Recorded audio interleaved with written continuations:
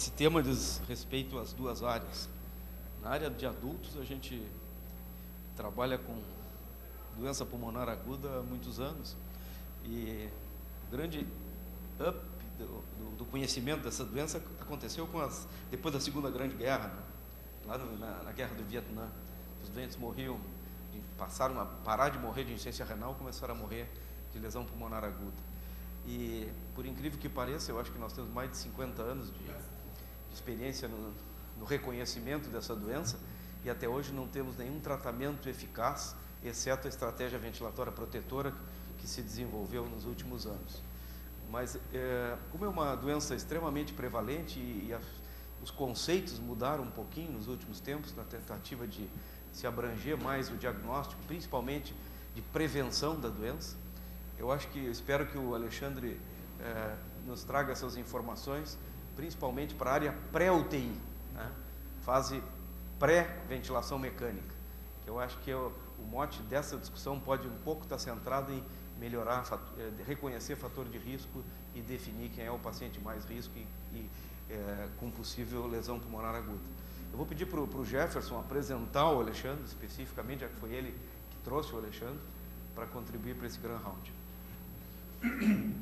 Bom, o Alexandre dispensa apresentações, ele é conhecido de todos nós, foi ex-aluno, foi ex-aluno aqui da faculdade, foi ex-residente e, mais do que isso, é um brasileiro que nos representa muito bem lá fora. A gente, quando chega nos Estados Unidos, né, e fala que é do Brasil, todos nos perguntam se conhece o Alexandre Rota, porque é uma referência não só para nós, mas internamente nos Estados Unidos. Ele atualmente está em Indianápolis, né, e está se mudando em breve para Cleveland, né? E o que demonstra toda essa capacidade. O Alexandre também, ele participa no livro agora do Zimmermann como um dos editores de sessão. Então, é uma satisfação e queria agradecer muito ao Alexandre, porque ele está viajando, ele tem que estar no aeroporto a 1 hora. Então, ele abriu uma exceção para nós, vai preencher a sua agenda, vai nos dar essa aula. Então, o compromisso nosso é que ao meio-dia nós estejamos saindo por aquela porta para levá-lo para o aeroporto. Alexandre, muito obrigado por ter aceito o convite e por ter disposto a discutir os casos conosco. Tá? Bom dia, muito obrigado, Jefferson, pela introdução. É um prazer estar aqui nesse auditório com vocês. Eu vou focar nos próximos minutos na ventilação mecânica na SARA. E eu peço desculpas, esse é o único slide em português que eu tenho. Porque se o meu português já é sofrível, o meu português escrito é pior ainda. Mas eu penso em ventilação mecânica, tanto em neonatologia, pediatria ou em pacientes maiores, como fazer um café. Eu não preciso ter como a máquina de café do Dr. Piva, né, para fazer um café muito bom. Essa é a máquina dele, essa é a minha máquina de café. As duas fazem um café muito bom, desde que se tenham princípios adequados, que ela não seja muito quente, que o café seja bom, que a gente use uma água filtrada. Quer dizer, não se precisa ter o melhor e maior ventilador, desde que se usem conceitos adequados. Então, a gente pode ter um ventilador com todos os modos possíveis, ou pode ter o ventilador que nós usávamos quando eu era doutorando aqui na faculdade, desde que se respeitem certos preceitos e certos limites. A primeira noção de ventilação mecânica histórica veio em 1555, quando o Andreas Vesalius disse que, e claro que, faço um parêntese, que a ventilação mecânica ela não começou de maneira eletiva, né? A primeira instituição de ventilação mecânica foi em pacientes que tinham parado de respirar, obviamente, porque não era uma coisa natural que um paciente fosse receber a ventilação mecânica. Então, ele comenta que a introdução de um tubo na traqueia do animal, quando se assopra ar dentro desse pulmão, faz com que o pulmão receba o ar e o animal viva. Historicamente, a ventilação mecânica passou por várias fases interessantes. haviam relatos de reanimação, por exemplo, pelo método da flagelação, onde o sujeito colapsava e vinham 2 com um relho e batiam no paciente. O que, obviamente, não é um método muito bom, a não ser para a apneia do sono, por exemplo, é extremamente efetivo no paciente que faz a apneia do sono. Mas, um pouco mais tarde, já se tinha a noção de que, ainda assim, usando aqueles parâmetros que o Andreas Vesalius tinha mencionado, usar uma ventilação com Foley sem o paciente estar entubado. E mais tarde, o método que para mim é o melhor, que é o método do cavalo trotante. Aqueles aqui do sul que andam a cavalo sabem que se o cavalo tem um trote bom e a gente relaxa no cavalo e abre a boca, aquelas excursões diafragmáticas que acontecem com o trote do cavalo são suficientes para manter a ventilação. Esse é o meu modo favorito, porque não só é um modo de ventilação que, de todos eles que eu mencionei até agora, é o mais eficaz, mas também é um método de transporte. Você tem um paciente ferido e aponta o cavalo na direção certa, ele faz a ventilação e o transporte. Mas os primeiros ventiladores, de verdade, surgiram em meados de 1800, 1860 e poucos, se pareciam com uma sauna turca. O paciente ficava hermeticamente fechado dentro dessa caixa, com a via aérea exposta, e uma diminuição de pressão dentro da caixa fazia com que ar se movesse para dentro do paciente e saísse do paciente. Isso foi muito utilizado na epidemia de poliomielite na década de 50, onde enfermarias enormes com pacientes adultos e pediátricos usavam essa tecnologia, agora mecanizada, de pulmão de aço, para tratar pacientes com poliomielite paralítica. Isso causou uma revolução em como se tratavam esses pacientes. Quer dizer, na introdução da ventilação mecânica, em questão de 2 semanas, se cortou quase a metade a mortalidade da poliomielite paralítica. Então, esse foi assim, o primeiro grande sucesso da ventilação mecânica, construindo em aprendizado dos primeiros 100 anos.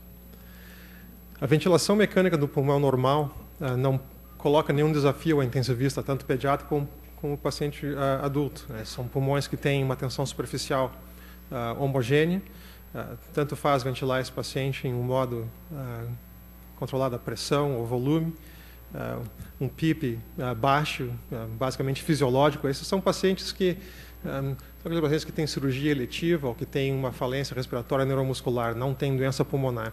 Eles aceitam volumes correntes elevados, sem uma pressão de pico inspiratório alto, pulmões normais. Então, isso não é nenhum desafio. O desafio para a gente é ventilar o paciente pediátrico, e eu sei que os colegas da UTI de adulto também, com síndrome de desconforto respiratório agudo. Essa é uma doença de acometimento agudo, marcado por hipoxemia severa, infiltrados bilaterais no raio-x de tórax. Então, não é uma doença localizada. E tem esse aspecto, então, homogêneo de infiltrado torácico. Só que esse aspecto homogêneo de infiltrado é uma coisa extremamente enganadora, porque o grande desafio da SARA é o fato de ela não ter nada de homogêneo. Quando a gente faz uma tomografia de um paciente com SARA, a gente nota que a distribuição de doença é extremamente heterogênea. Na parte dependente do pulmão, eu vou me referir ao longo dos próximos minutos, a parte dependente é a parte gravitacionalmente dependente do pulmão, ou seja, aquela que está mais próxima da terra. Então, no paciente em decúbito supino, a parte dorsal é a parte dependente, a parte ventral é a parte não dependente. Então, a gente olha esse raio-x e pensa, puxa, realmente a parte dependente está mais afetada, mas esse paciente não está tão ruim porque tem uma parte pequena que está afetada e tem toda essa parte aberta que se comporta praticamente normal. E isso também é enganador, porque se nós quantificássemos a quantidade de pulmão que está afetada aqui, seria em torno de 70% ou mais desse pulmão, enquanto que essa grande área que parece aberta já está hiperinsuflada. Então, é essa heterogeneidade na SARA que causa o desafio de tentar ventilar um pulmão que se comporta de maneira diferente em regiões diferentes. Isso acontece em adultos, claramente, acontece em crianças e acontece nos menores modelos animais. Acontece em coelhos com um pulmão de altura de 3 centímetros acontecem em camundongos, com um pulmão com uma altura de 1 centímetro. Sempre se nota essa preponderância de lesão na parte dependente em comparação à parte não dependente do pulmão. O grande desafio da ventilação na SARA, ao contrário do pulmão normal, que tem uma tensão superficial relativamente homogênea, é o fato de que na área dependente do pulmão nós temos alvéolos muito pouco complacentes, e na área não dependente do pulmão nós temos alvéolos muito complacentes. Então, na tentativa de ventilar esse pulmão e recrutar esses alvéolos mais rígidos, nós com certeza vamos hiperinsuflar os alvéolos mais complacentes e isso causa lesão.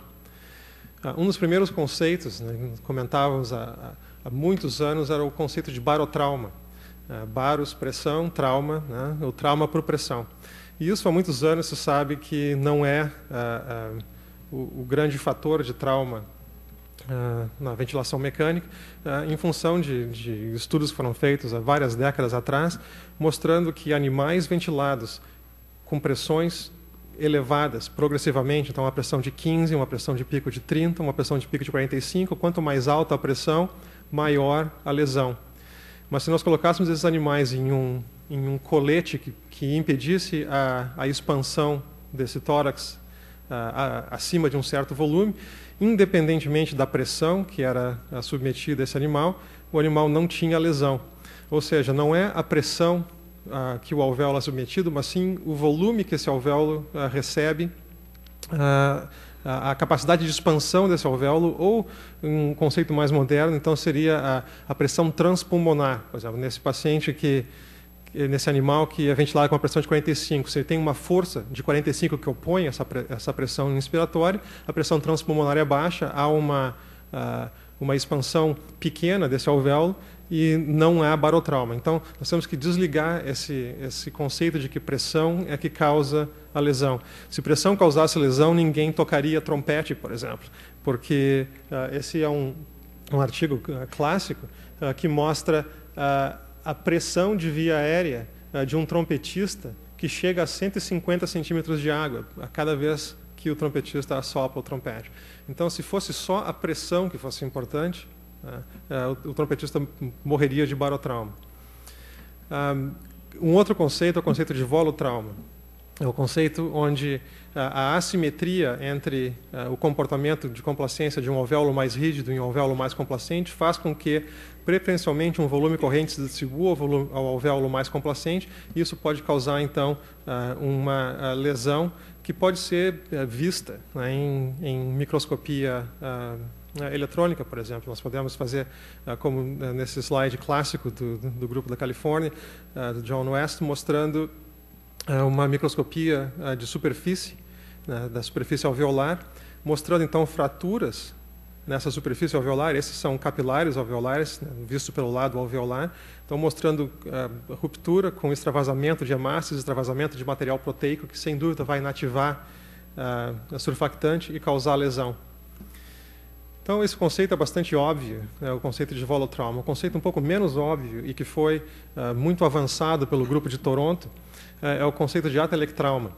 É o conceito de que um pulmão lesado e os alvéolos mais dependentes, então, são aqueles mais propícios a acharem o seu volume de fechamento e se fecharem a cada expiração e reabrirem a cada inspiração, essa reabertura causa, então, forças de cisalhamento grandes que podem levar ao agravamento de lesão pulmonar.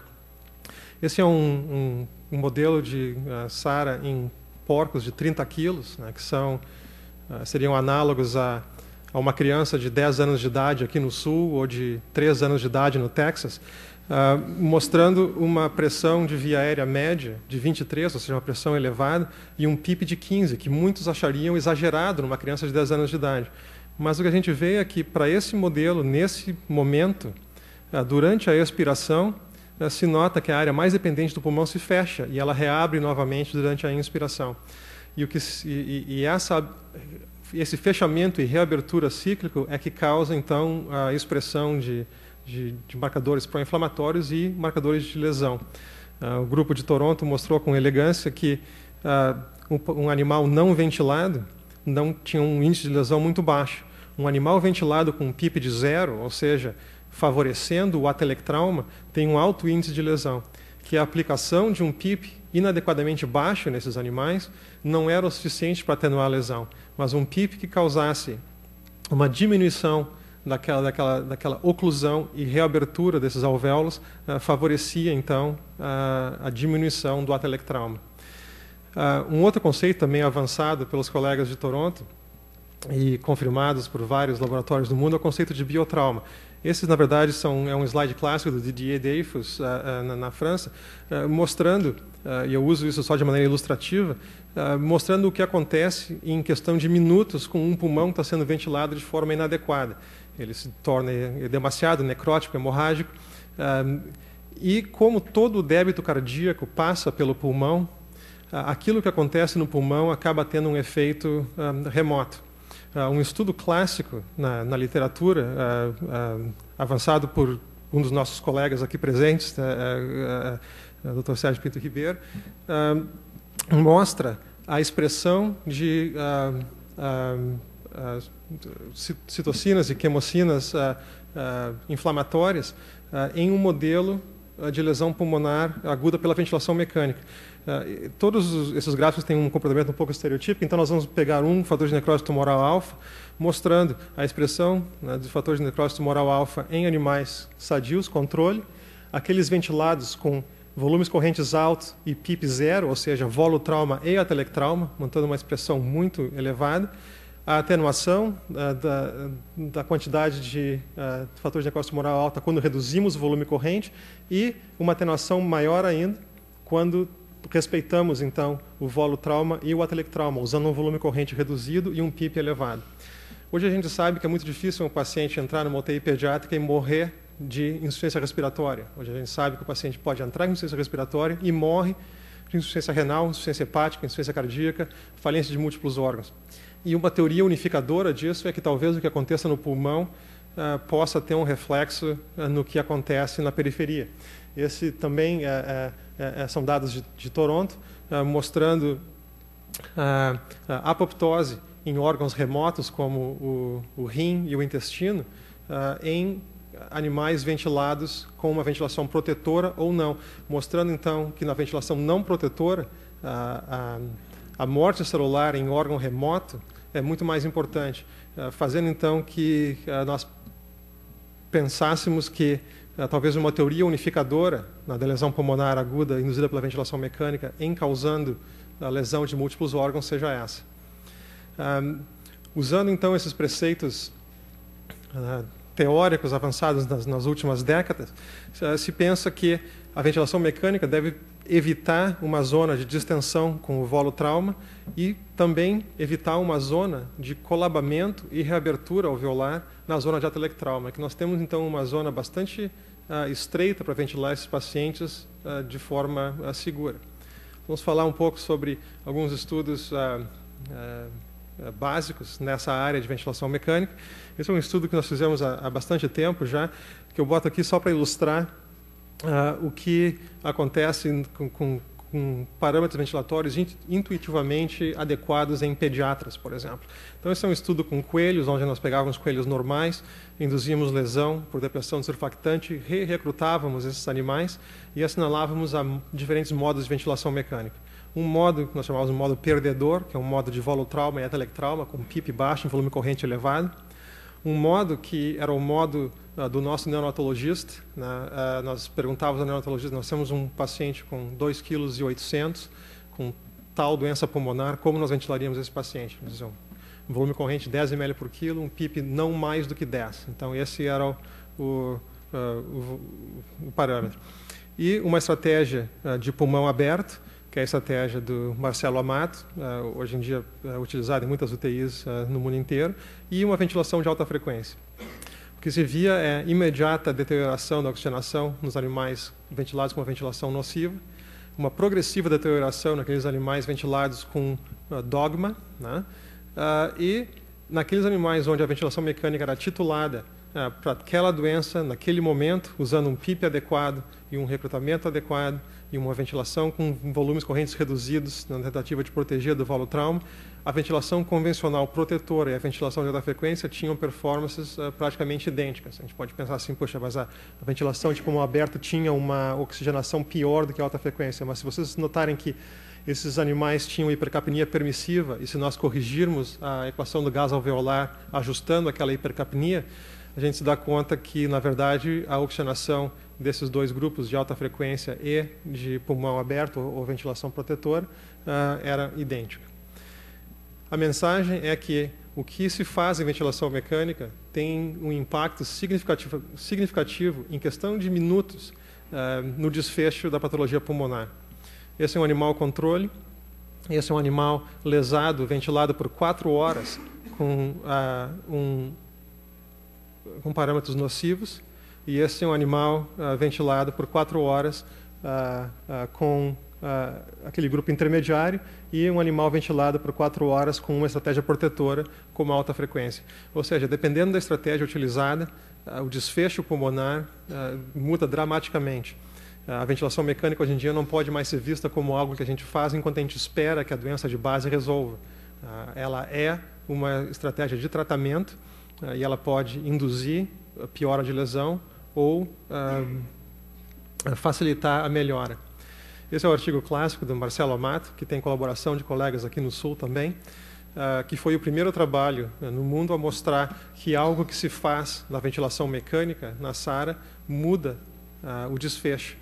Então ele comparou um grupo chamado grupo convencional, há debate se esse é um grupo convencional ou não, mas era o que se fazia naquela época, naquela unidade, comparado a um grupo protetor, onde se usava um PIP necessário para diminuir o derrecrutamento pulmonar, para diminuir o fechamento a cada expiração, e um volume corrente reduzido. Então, mostrando uma significativa diminuição de mortalidade nesses pacientes.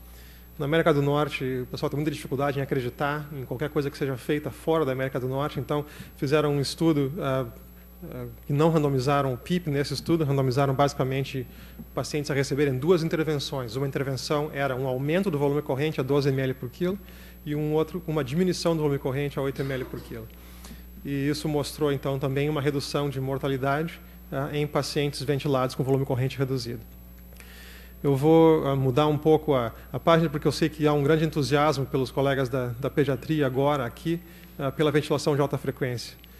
Então, eu vou falar um pouco sobre como usar a ventilação de alta frequência para tentar atingir aquele ponto que nós estamos falando com a ventilação convencional, em que nós evitamos a hiperinsuflação pulmonar e favorecemos, então, manter o alvéolo recrutado durante todo o ciclo inspiratório. A máquina que nós usamos é o SensorMedics, que eu acredito é a mesma máquina usada aqui. Nem toda alta frequência é criada igual. Existem ventiladores de alta frequência que são interruptores de fluxo. Elas têm a inspiração ativa, mas a expiração é passiva. O SensorMedics é uma máquina que tem inspiração ativa e expiração ativa. E isso muda tudo na ventilação de alta frequência. Então, no meu ponto de vista, essa é a ventilação de alta frequência. Esse é um diagrama clássico de o que acontece com as pressões de via aérea na ventilação de alta frequência e ventilação convencional.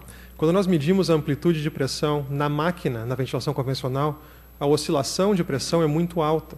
Alguém pode ver, poxa, nós temos uma amplitude de oscilação de 50 centímetros de água, como é que isso pode ser protetor? Bom, isso é protetor porque essa pressão não se transmite distalmente na via aérea.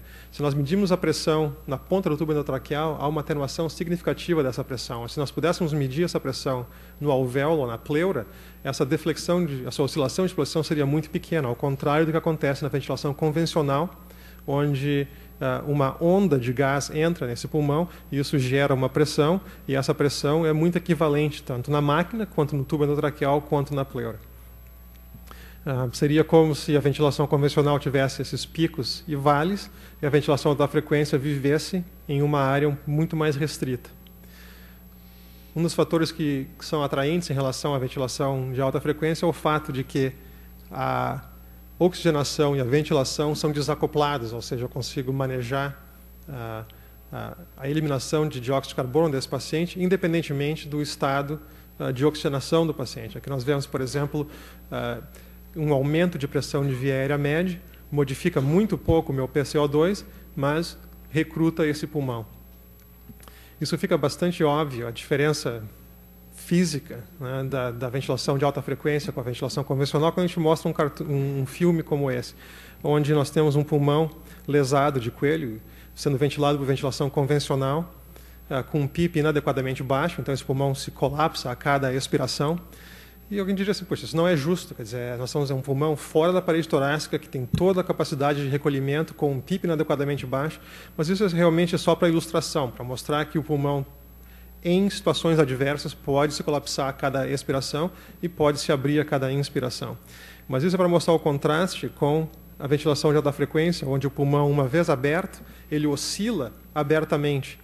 Então, esse é um pulmão sendo ventilado com ventilação de alta frequência, onde ele nunca se aproxima daquele volume de enchimento tão alto e nunca se aproxima de um volume de fechamento, onde os alvéolos começariam a colapsar. Os colegas em Nova York que fazem microscopia pleural nos mostram a diferença que acontece até em um campo microscópico no pulmão. Existem áreas desse pulmão, isso é uma microscopia pleural, são alvéolos, né? Mostrando que existem alvéolos que estão sempre abertos durante todo o ciclo inspiratório e alvéolos que só se abrem durante a inspiração e alvéolos que estão fechados o tempo inteiro. Então, essa heterogeneidade de alvéolos acontece não só na região dependente e não dependente, mas mesmo em um campo microscópico a gente consegue ver essa diferença. Então, imaginem as forças de cisalhamento que estão sendo ofertadas àqueles alvéolos que se abrem e fecham repetidamente, várias vezes por minuto.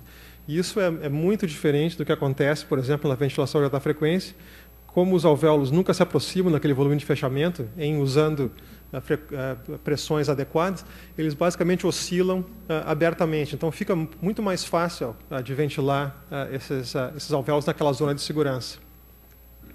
Se nós tirássemos uma foto disso, inspiratório, e todo esse grupo de alvéolos só se abre na inspiração e se fecha na expiração, enquanto na alta frequência fica até difícil de saber o que é inspiração e o que é expiração desses pulmões. Então fica bastante fácil de manter esses alvéolos ventilados numa zona de segurança, numa zona que evita o volutrauma e evita o atelectrauma. Eu mencionei antes que nesse estudo, em um modelo pediátrico de SARA, os animais com a estratégia de pulmão aberto, uma estratégia com um PIP de 14 a 16 nesse caso, volume corrente de 5 a 6 ml por quilo, comparados a um grupo de alta frequência, tiveram uma performance semelhante. E quando nós usamos marcadores de lesão, não interessa qual marcador utilizado, esses animais sempre tiveram uma performance adequada, mostrando que uma estratégia protetora, independentemente se ela é uma estratégia protetora convencional ou de alta frequência, ela é uma estratégia protetora. A diferença é que, ao contrário de pacientes adultos, os pacientes pediátricos não toleram bem essa estratégia de pulmão aberto com hipercapnia elevada e uma pressão intratorácica alta. Eles tendem a fazer disfunção hemodinâmica, mesmo com expansão volumétrica ótima. Então, nesse estudo, nós tínhamos um algoritmo de expansão volumétrica baseado não só em pressões invasivas, mas também em medição de débito cardíaco, mostrando que, mesmo que volumetricamente ideais, os animais submetidos à hipercapnia permissiva e elevadas pressões intratorácicas com ventilação convencional, todos necessitavam de suporte inotrópico para completar o estudo, ao contrário da alta frequência, onde esses animais toleravam muito bem. Isso é diferente da experiência dos colegas em UTI de adulto. Eu falei isso anteriormente, quando eu dei uma aula semelhante no Hospital Moinhos de Vênus na semana passada. Eu realmente não gosto de meta-análises, né? A não ser que elas confirmem o meu viés. Essa é é a meta-análise mais recente, que, do meu ponto de vista, é bastante bem feita, porque ela trata a ventilação de alta frequência, eliminando os estudos neonatais da década de 90, que foram estudos muito mal feitos do ponto de vista metodológico. Não por falhas metodológicas, mas por falta de conhecimento da máquina daqueles que estavam utilizando. E a ventilação de alta frequência, nas mãos erradas, ela pode ser muito menos protetora do que a ventilação convencional. Essa a meta-análise engloba o artigo pediátrico e alguns artigos de adulto, mostrando uma vantagem da ventilação de alta frequência em relação à ventilação convencional.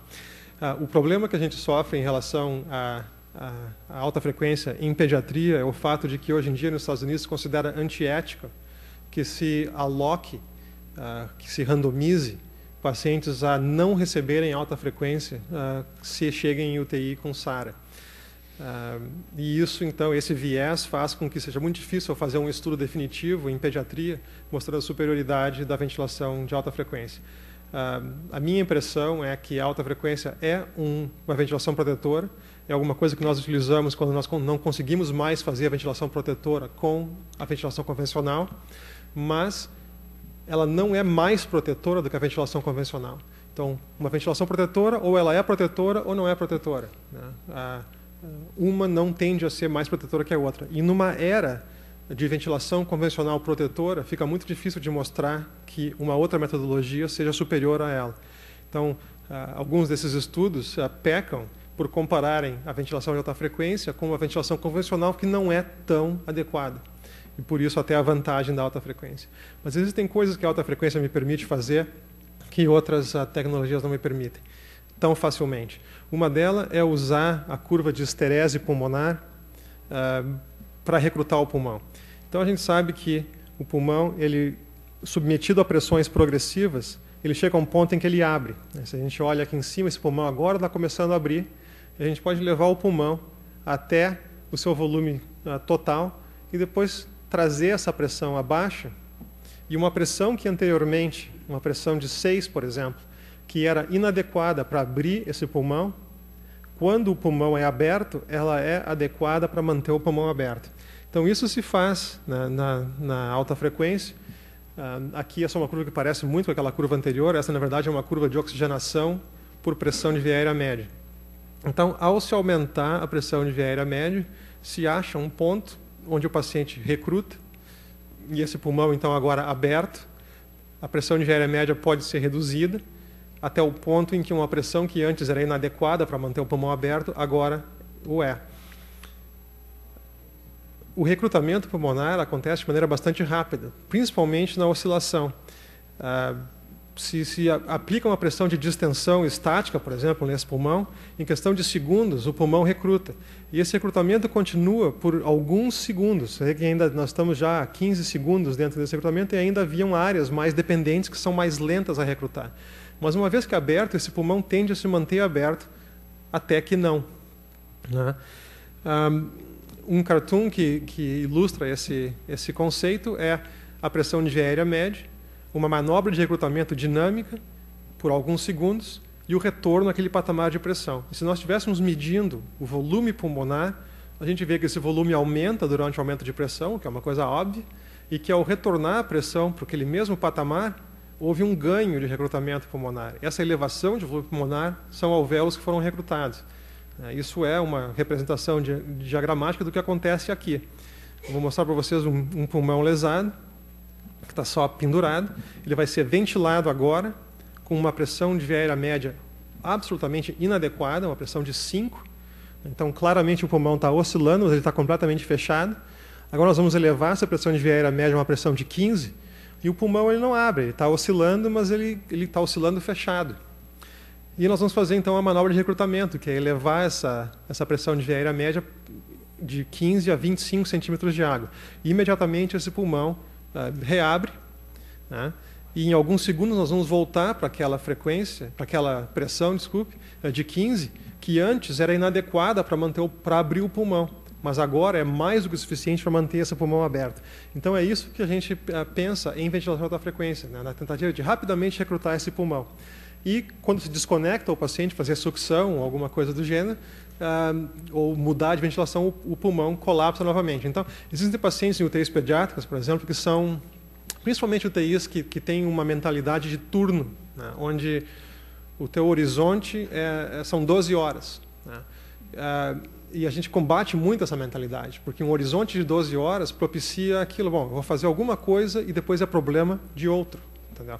O meu horizonte é um horizonte de 7 dias. Entendeu? Então, se eu não resolvo o problema agora, ele vai estar pior amanhã. Então, na UTI de pediátrica, por exemplo, nós temos pacientes que são frequentemente selados como esse paciente não tolera a sucção. Por quê? Porque o paciente é removido do ventilador, faz a sucção, ou faz sucção em linha, se tiver, e o paciente fica hipoxêmico, e demora meia hora para recuperar a saturação. Isso acontece porque o pulmão derrecruta, né? O que para mim, na verdade, é uma coisa boa.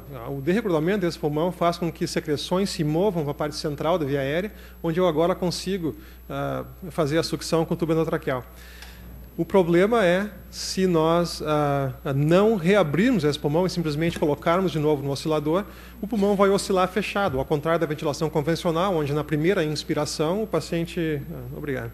Na primeira inspiração, o paciente começa a reabrir e depois de 5, 6 ciclos respiratórios o pulmão já está reaberto.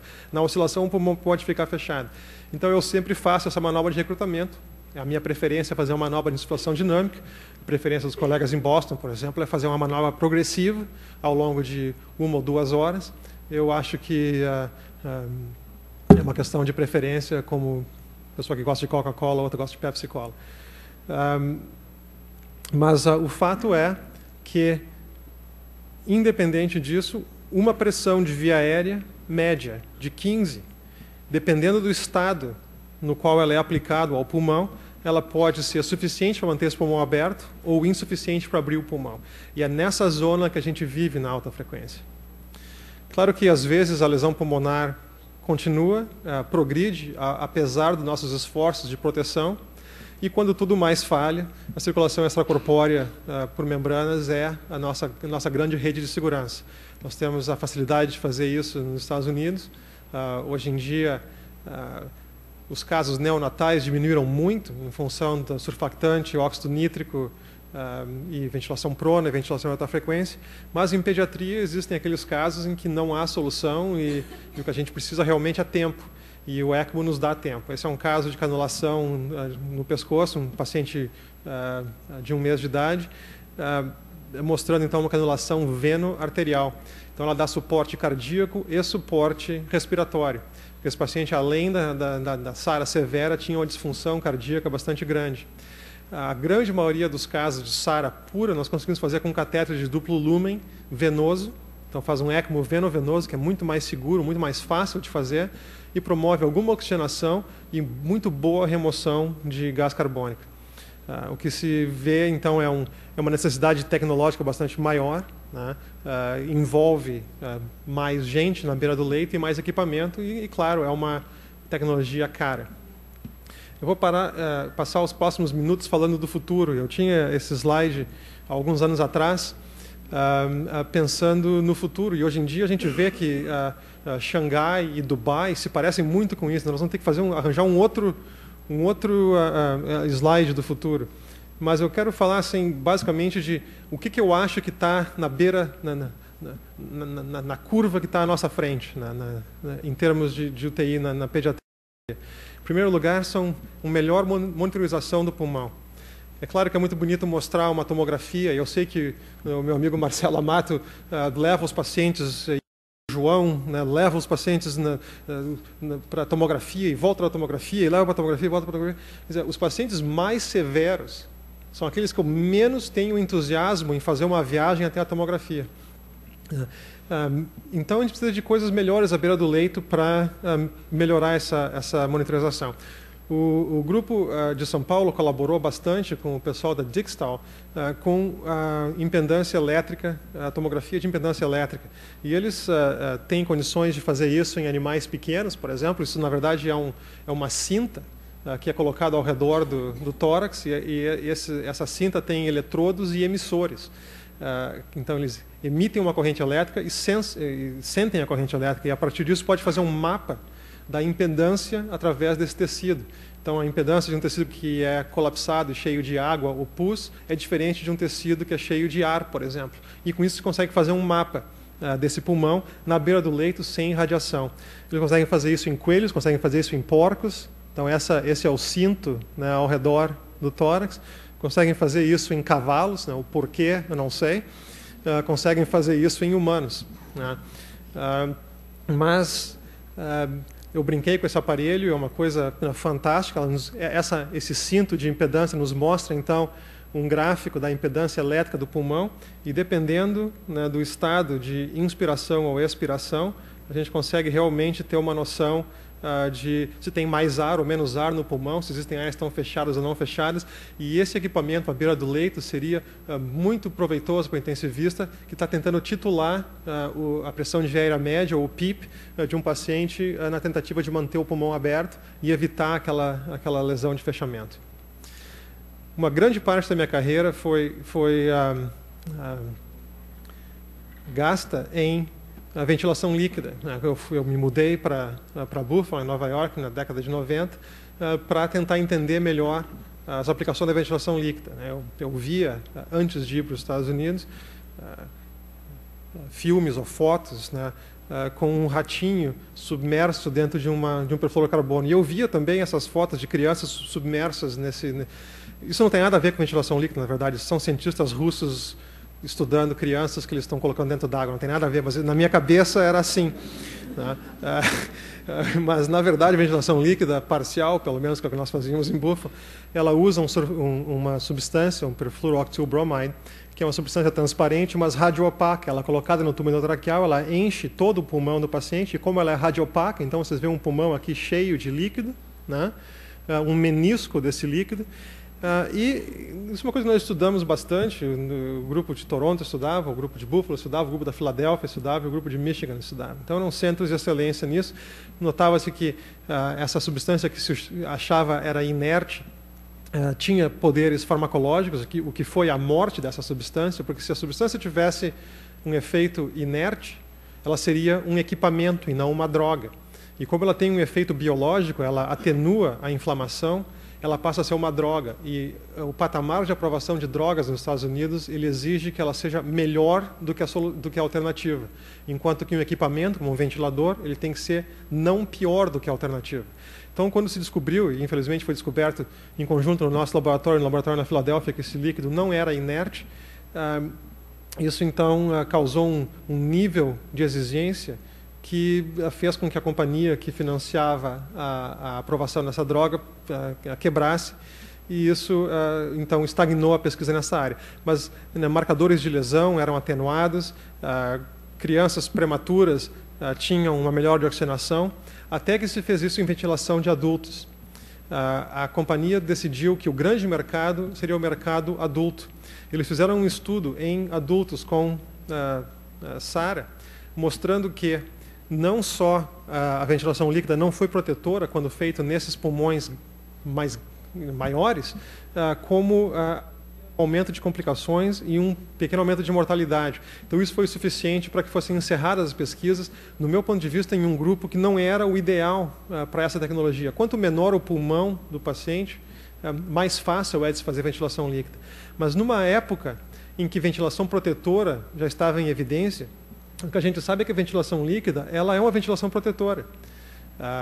Ela não é mais protetora do que outras estratégias. Aqui nós temos um estudo mostrando uma ventilação convencional não protetora, uma ventilação de alta frequência que é protetora, ventilação líquida que é protetora, e acoplando ventilação líquida à ventilação de alta frequência não a torna mais protetora. Então, uma ventilação é protetora ou não é. Então, numa época em que, hoje em dia, a ventilação convencional também está nesse patamar protetor, aprovar uma droga por superioridade é muito difícil. Mas a ventilação líquida me dá alguma coisa que a ventilação convencional não dá, que é a capacidade de ventilar, de homogeneizar a tensão superficial dos alvéolos. Esse é um cartoon mostrando o que acontece quando eu tento recrutar alvéolos não complacentes, eu acabo distendendo os alvéolos mais complacentes.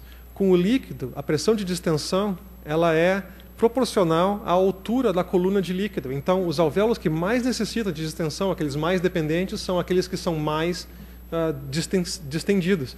E aqueles que são mais complacentes e necessitam de menos distensão, têm uma coluna de líquido menor e, portanto, uma pressão de distensão menor. Esse líquido, por exemplo, tem uma densidade de quase 2, ou seja, a cada centímetro de altura, ele exerce uma pressão de 2 centímetros de água. Então, um pulmão de 15 centímetros, a parte mais basal desse pulmão vai ter uma pressão de distensão de 30 centímetros de água, e a parte mais superior, que não precisa de pressão nenhuma, teria uma pressão de praticamente zero. E isso se traduz em um ganho de recrutamento bastante grande, onde a arquitetura pulmonar dessa área dependente se torna muito mais aberta e homogênea. Isso a ventilação convencional não me dá. Uma outra a questão que eu acho que já é uma realidade em algumas UTIs é a integração da ventilação com o paciente, é a integração da ventilação com o desejo respiratório do paciente. Hoje em dia, grande parte dos ventiladores necessita de que o paciente diga ao ventilador que ele está querendo respirar. E aí a máquina sabe e dá a respiração. Hoje em dia, com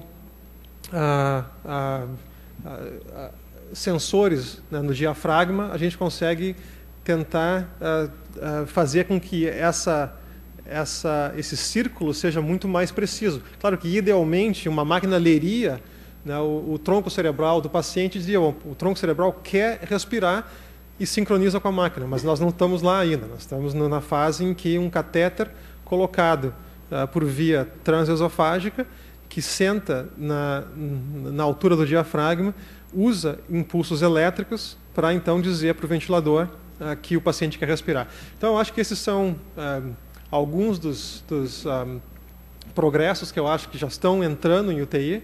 Eu acho que a tomografia de impedância é algo que vai explodir nos próximos 10 anos, não tem nenhuma dúvida disso. A NAVA, né, a ventilação regulada neuronalmente, já é uma realidade em várias UTIs. E a ventilação líquida, eu acho que ela está passando por um período crítico. As patentes iniciais que excluem o investimento em ventilação líquida estão expirando esse ano. Então, até agora, ficou muito morno esse meio da ventilação líquida, esperando que caiam as patentes e uma companhia, então, tenha interesse financeiro em usar o líquido não como uma estratégia primária de tratamento de ventilação, mas como algo que nós pudéssemos usar para recrutar pulmões que não são recrutáveis, uso como uma droga, como surfactante, por exemplo. Então, eu vou, em respeito do tempo, ficar por aqui, abrir a perguntas. Como eu disse, um prazer grande estar aqui com vocês. Muito obrigado.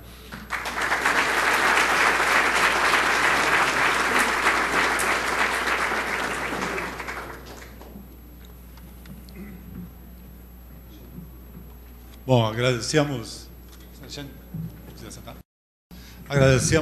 a participação do Alexandre e vamos abrir o espaço para pergunta. E antes de abrir, eu queria fazer um reforço, um agradecimento que eu não fiz inicialmente à Sociedade de Pediatria e ao Comitê de Terapia Intensiva que deram apoio na divulgação desse evento. Sérgio. Bom dia a todos. Não tivemos a oportunidade de falar antes da apresentação. Queria agradecer a presença e te cumprimentar, que faz alguns anos que não nos vemos, e agradecer a presença de todos. Uma brilhante exposição do assunto que a gente tem alguma participação na história.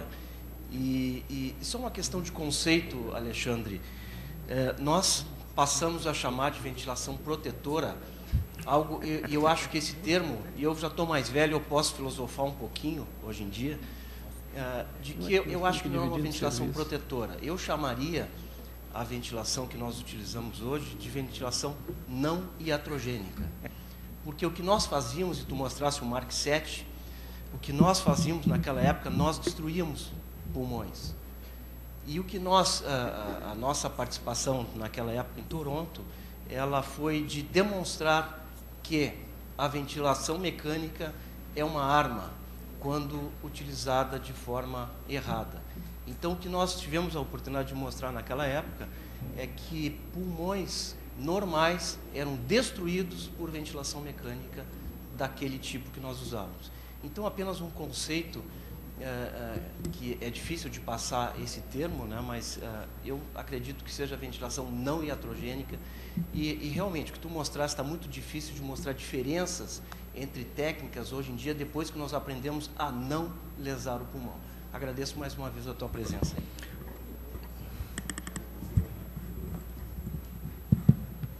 Eu acho esse comentário extremamente feliz, porque uma das coisas que me incomoda é realmente nós perpetuarmos essa tecnologia que é contra os princípios mais básicos da medicina, né? O primum non nocere, que não é nenhuma dádiva nós protegermos o paciente, né? Nós estávamos lesionando o paciente antes, então nós temos que... Essa é a ventilação. Tudo o outro que se faz é a ventilação nociva. Eu acho que realmente isso tem que ser enfatizado. Vamos abrir um pouco mais para perguntas?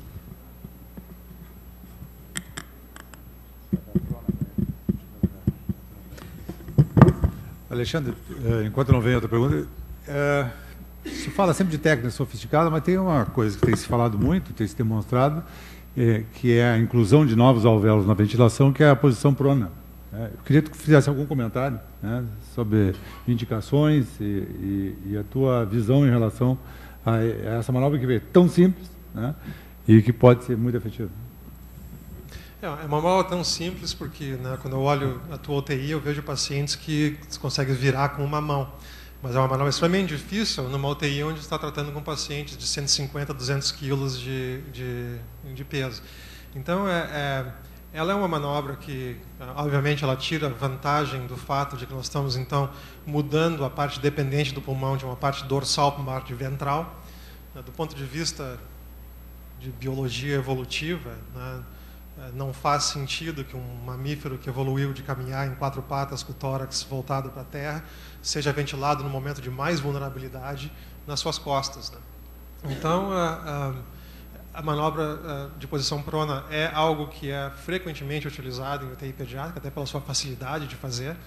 Ela é uma manobra, do meu ponto de vista, uma manobra cosmética, né, porque ela melhora a oxigenação, invariavelmente a oxigenação melhora. Essa melhora de oxigenação tende a persistir por o quanto tempo o paciente ficar pronado. Ela dificulta um pouco o cuidado de enfermagem do paciente, porque tem risco de perda de catéter, tem risco de úlcera de decúbito, tem que ter muito cuidado com a mudança de posição.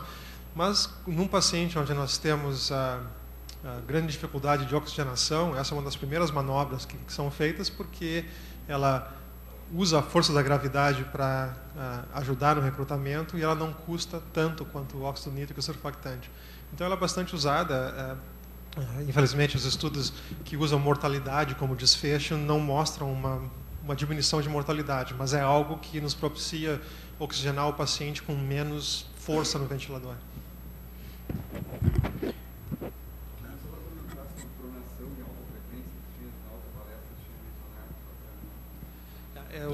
Tu pode repetir a pergunta? A pergunta era a pronação na alta frequência.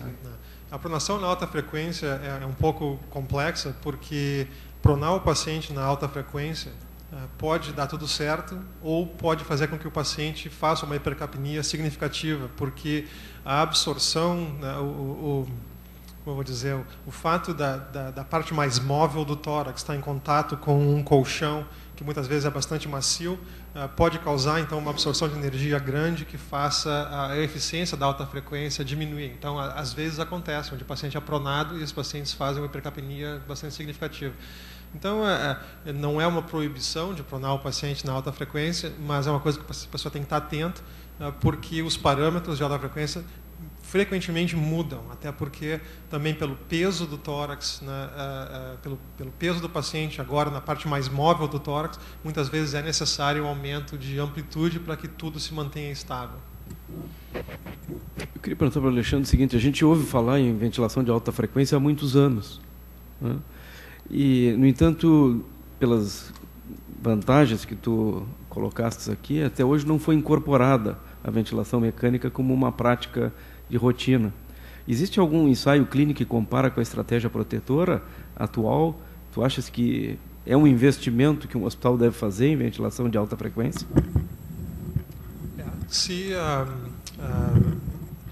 Não existe nenhum estudo que mostre uma vantagem de mortalidade na alta frequência comparado com uma ventilação mecânica bem feita, convencional. A questão é que a ventilação de alta frequência, que se enraizou na pediatria num período onde não se fazia bem ventilação convencional, e hoje em dia é muito difícil retirar, ela nos dá a possibilidade de manejar esse paciente fazendo um recrutamento pulmonar bem mais fácil, por exemplo, em pediatria, do que na ventilação convencional.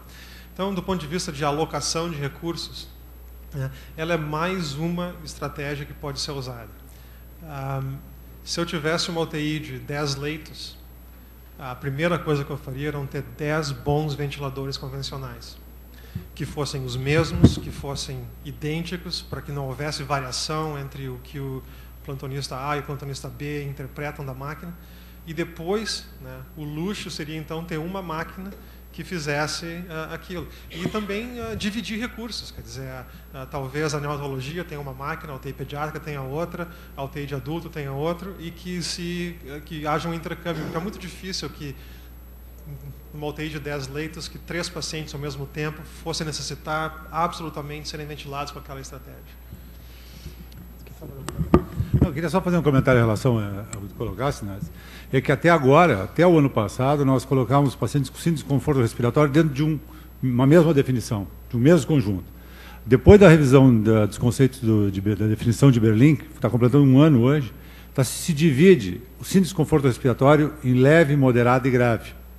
E aí, nesse grupo, que nós realmente vamos poder fazer a avaliação de qual é a estratégia de ventilação protetora. Porque muita gente dizia que a ventilação protetora, por exemplo, não tinha bons resultados no seu serviço. Era tão boa quanto... Por quê? Porque pegava os pacientes de graduação leve. E a ventilação de alta frequência parece estar reservada, pelo menos esse é o consenso, naquele grupo chamado de severo, né? Então, é bem provável que vai se encontrar os nichos para cada uma. Eu queria que o Alexandre só me falasse um pouquinho de prevenção. Nós temos aí um grande número de doentes fora das UTIs aí, e que fatores de risco, de que forma a gente podia diminuir a lesão pulmonar aguda? A prevenção é uma coisa da qual eu sei muito pouco, porque eu estou no lado de lá da parede, né? Mas uma coisa que é diferente em relação à lesão pulmonar aguda é que muitas etiologias da lesão pulmonar aguda a gente sabe exatamente quando começam, né? E como, né, foi demonstrado, né, por vários laboratórios, inclusive, né, o Dr. Pedro Ribeiro e o grupo de Toronto foram fundamentais em elucidarem o timing dessas expressões pró-inflamatórias. Existem situações em que se sabe exatamente que esse paciente teve uma reação transfusional nesse momento, ou foi atingido por um carro nesse momento. E isso abre uma janela terapêutica para tratamentos com anticorpos ou anti-inflamatórios que talvez pudessem modificar, né, o curso da doença. Existem aspectos teóricos em relação a isso, por exemplo, a hipercapnia permissiva em pacientes com modelos animais com SARA mais leve, tendem a atenuar a lesão, não pela estratégia de ventilação, mas simplesmente pela hipercapnia e pela acidose.